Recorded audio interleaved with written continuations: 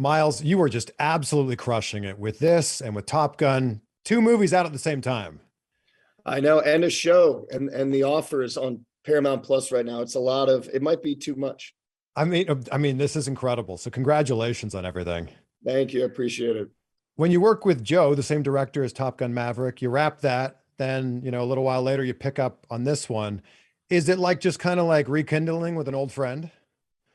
100%. I mean, Joe, we've had such a good time on this, because we're still in the middle of the Top Gun press tour right now. Now we're doing, the Spiderhead press together, and yeah, man, he's my brother from another mother.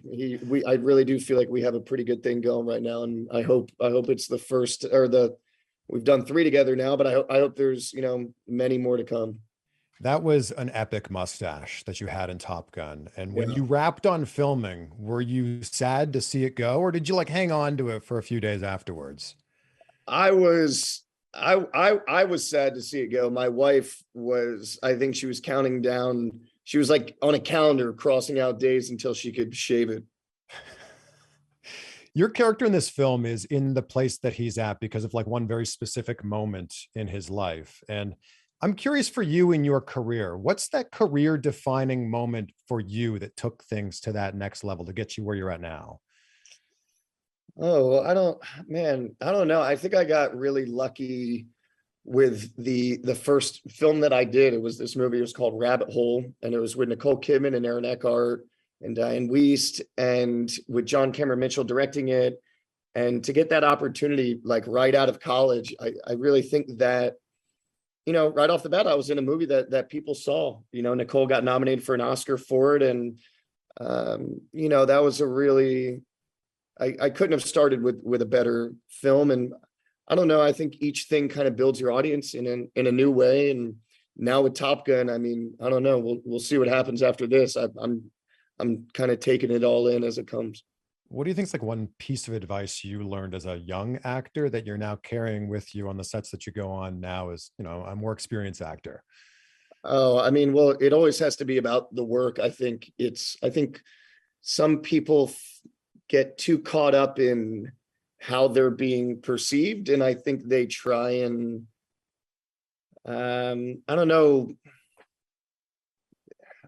I'm trying to figure out how to phrase this, but it's really all about the scene work. I mean, that's the most important thing. But something I've taken with me, you know, I've been number one on a call sheet a couple times, and that's something I take with a heft amount of responsibility. And I try and be that person that is there for the cast and the crew, and try and, just bring a certain levity to certain situations, but just be a good person, be prepared, and understand, man, that there's so many people working longer hours than you. They're doing a tougher job than you. So don't take yourself too seriously, I think, is something I've maintained. When you're doing that scene work, especially in a movie like this, like you had to play a wide range of emotions. Like Yeah. you're based like snap of the fingers, you have to play an emotion. What's the hardest one to play for you in a movie like this? Oh, they're up. The one scene was tough because I'm talking about something like it's the most beautiful thing I had ever seen, right? Like my character's serotonin is really pumping, and it's all imaginary because in the reality I'm just staring at like a bunch of crew guys, and like a steel fence. And I remember there was this one like garbage truck that kept driving around during the whole time, and I was just getting really frustrated by it. But yeah, I mean, that was a tough one. When you learn a specific skill for a movie, like Whiplash, one of my favorite movies, you learn how to play the drums. Top Gun, fly a jet. Footloose, you learn how to dance. Do those stay with you? Like, could you do any of those at the level that you were doing them on set? Well, I've always been a good dancer. Okay, I just want to put that on the record. got it. You either got rhythm or you don't, and it's not really something you can learn. But with the jets, that was being able to withstand like G forces in a jet. That's a depreciating skill. If I were to go up in an F-18 tomorrow, I would probably puke everywhere the whole time.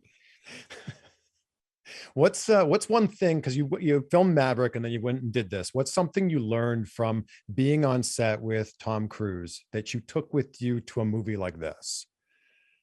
I think it's a little bit what I talked about before, just with that kind of, that leadership responsibility and what Yeah. that means, and also to understand, um, how many people are feeding their families, from this business. And like I said, there's always somebody that's working longer hours than you. There's always somebody doing a job that you wouldn't want to do. So I think just really, I don't know, acknowledging that and treating your time together as everybody's my um I'm working with everybody. It's not Yeah. just the actors. I try and get to know a little bit about every person I'm working with. Well, I want to acknowledge you. Like, thank you for always being so kind and like, dude, you were just absolutely crushing it. So Thanks. congratulations to Thanks, you. Chris. Appreciate it, man. I Thank you. appreciate you.